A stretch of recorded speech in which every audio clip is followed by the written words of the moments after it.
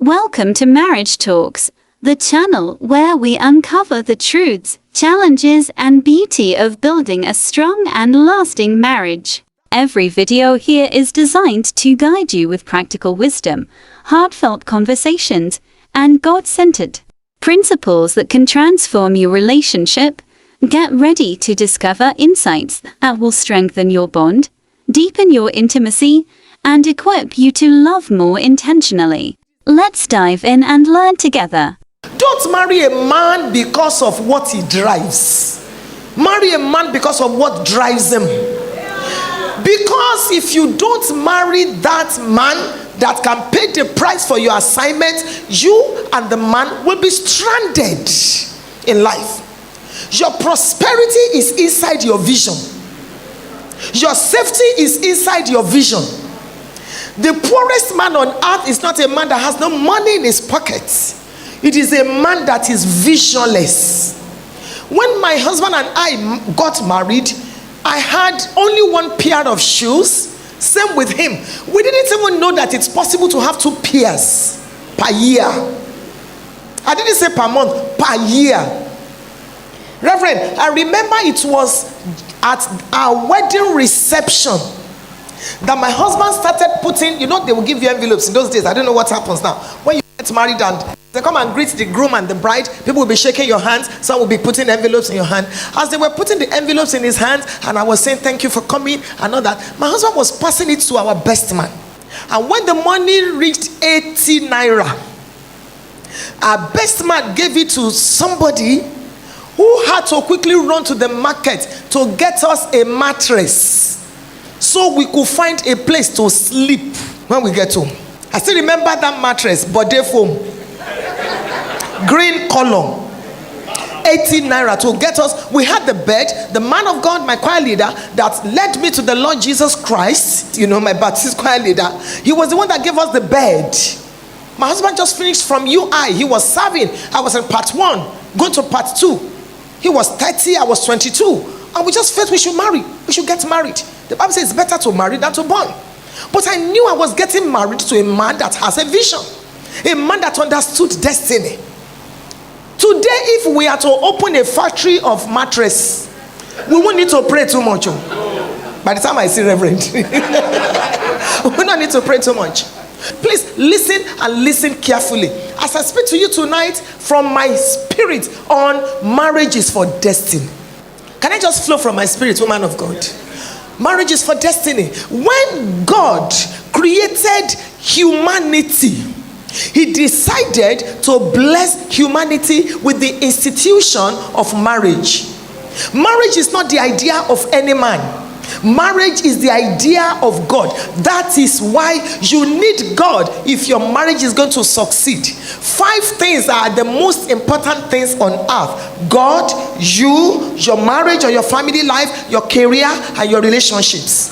If you succeed in these 5 areas, you are truly a success. If you fail in these 5 areas, you are a colossal failure. Therefore, it's important for you to take advantage of God on earth. There is a shape, there is a vacuum in the heart of every human being that is God shaped.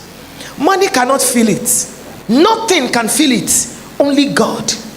God did not create a world in which he will not be needed. So it's important for you to make sure that you decide on who to marry in the presence of the creator and the manufacturer of marriage, God himself. As a single person, consult God before you go into marriage. Marriage is not a weekend affair, it's a lifetime event. And I used to say this.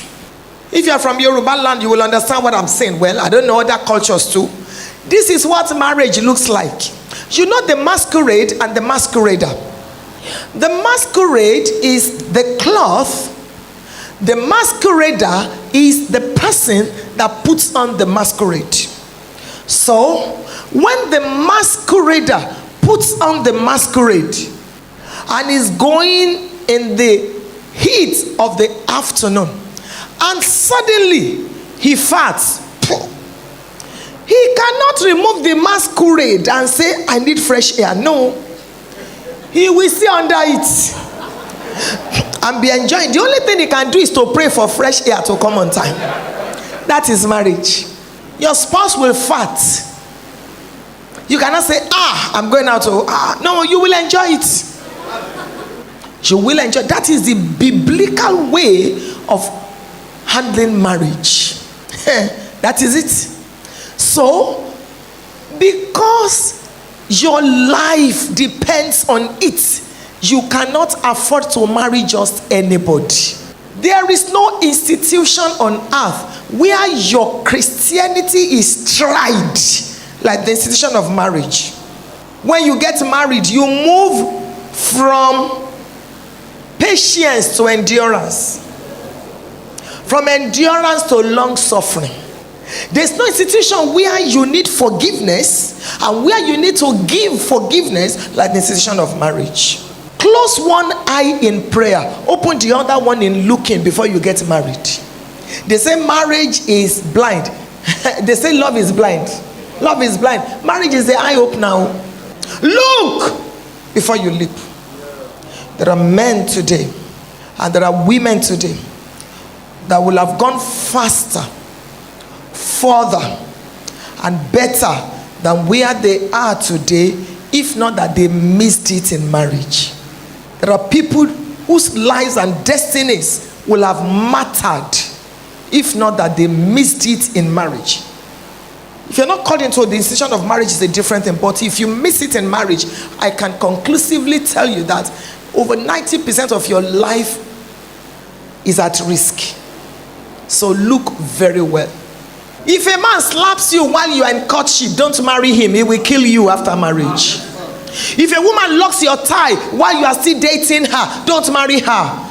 Your greatest need, or one of your greatest needs as a man, is respect. Don't marry a woman that doesn't respect you. Don't marry a man that does not respect you. Respect is crucial. When you get into marriage, that is when you realize that sex is not 24/7. A time comes when the generator is packing up already. You are tired. If there's no that thing that sustains that marriage, then it will fall apart. So it's not just about sex. Vision is important. Love is important, but love is not everything. There are days you wake up and you don't feel love in your heart. But it's not precious. Storms will come. In my study, there are 14 kinds of storms that blow against every marriage. Whether you are married to the most anointed or to a devil. Once it is marriage, storms will come. So please, as a single person, it's important for you. Life is not governed by miracles. It is governed by principles. Genesis 8:22. While the earth remaineth, seed, time, harvest. Don't break anybody's home. Don't sleep with your boss in the office. 100 women are waiting to sleep with your husband. If you don't want to repeat, don't sow it. Don't sleep with a man of God. Dress properly as a single person. Dress well. Cover your nakedness. Don't wear a dress that you must be pulling it down and pulling it down. You too, you know something is wrong. And then you come to church, you don't even take a scarf to cover it, and you know the dress is short. And you wonder why you are being raped. There's no excuse for rape. Rapists have mental issues. But I'm just asking you to please dress well as a single person. When you are in courtship, discuss about the future. Don't just go to Mr. Biggs and be eating chocolate and eating whatever. Talk about your destiny. Talk about it. What do you want to become? What do you want to do? Talk about your accounts. Talk about the number of children. Talk about destiny. Marriage is for destiny. Don't just waste your time sleeping around. When it is time for you to meet your parents-in-law to be as a single person. How many singles do we have here? Let me know. Okay, so it's fine. When you go there as a man to meet your parents-in-law to be, dress properly, take a gift along. If there are little kids there, give them money. They will serve you food, but please don't finish it. Even if you are hungry, carry yourself with dignity. Discuss intelligently. Present a gift to the father. Prostrate. Let your chin touch the ground. If you are Yoruba, If I don't know your culture, give that man and that woman the highest level of honor in your culture and in their culture. But as a lady, when you are going, be properly dressed, be very comfortable. Don't wear shoes that you'll be doing like this and dangling, and then you don't even, please don't. When you get there, I'm speaking from my Yoruba cultural point of view. When you get there, kneel down and greet them. And don't stand up until they tell you to stand up. And don't stare at them. Just kneel down and be looking down. Yes, ma'am. Yes. Yes, ma'am. Yes, ma'am. Say, stand up, my daughter. Thank you, ma'am. Thank you, ma'am. Even if you are an extrovert, a fool when he keeps quiet. When you enter the living room, sit on the first seat.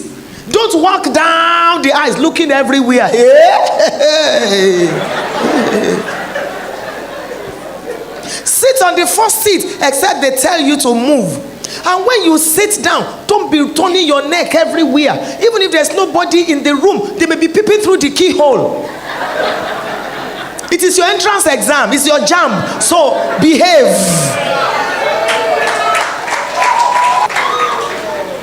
This is what we call native intelligence. When you sit down like that and you want to look around, don't turn your neck. You can only turn your eyes. With style. Just turn your eyes. Of course, I know when they serve you food, you won't finish it. But if the meat is hard, don't pull it. Just leave their food. Thank you, man. Go and drink garri when you get back home. The moment you finish, carry the plate, locate the kitchen. You say, this girl has home training. When they ask you one question, answer as briefly as possible. Where are you from? Abeokuta, local government of the Nigerian state of the...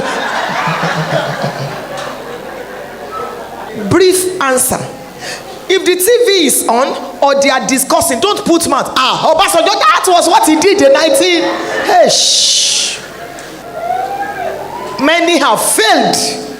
Because the mother will just pull the son.